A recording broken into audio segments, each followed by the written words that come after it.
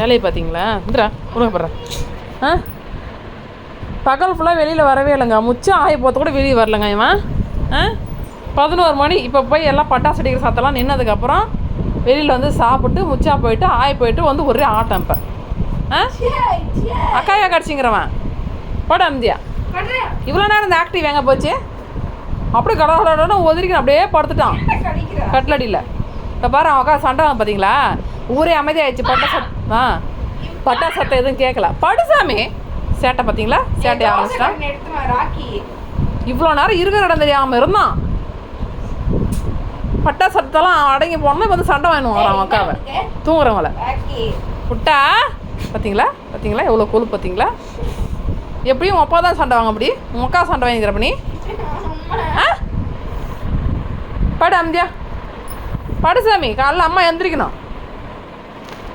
படுத்தங்க.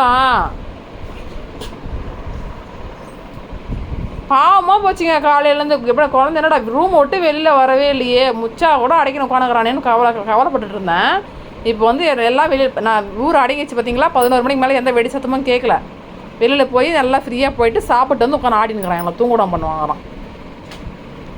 படு அப்போ நான் வந்து படு. அம்மா படுக்க நவுர்றா நோசிம். சரி எல்லாம் ஃப்ரெண்ட்ஸுக்கெல்லாம் good night sir. Good night. நம்மளை தூங்க மாட்டான் நம்மளுக்கு. நீ காலையில் தான் செம டைட்டு வேலை நமக்கு. என்ன ஆட்டம் ஆடிக்கிறான் பார்த்தீங்களா? பகல் ஃபுல்லாக தூங்கிட்டுவான்.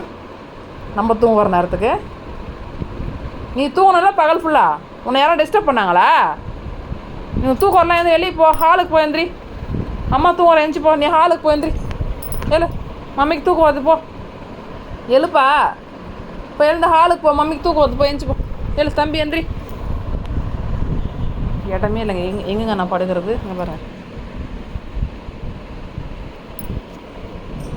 So okay friends, good night. எப்படியாவது நான் நவுத்தி போட்டு படுக்கிறேன். நான் காலைல எந்திரிக்கணும் வேறு.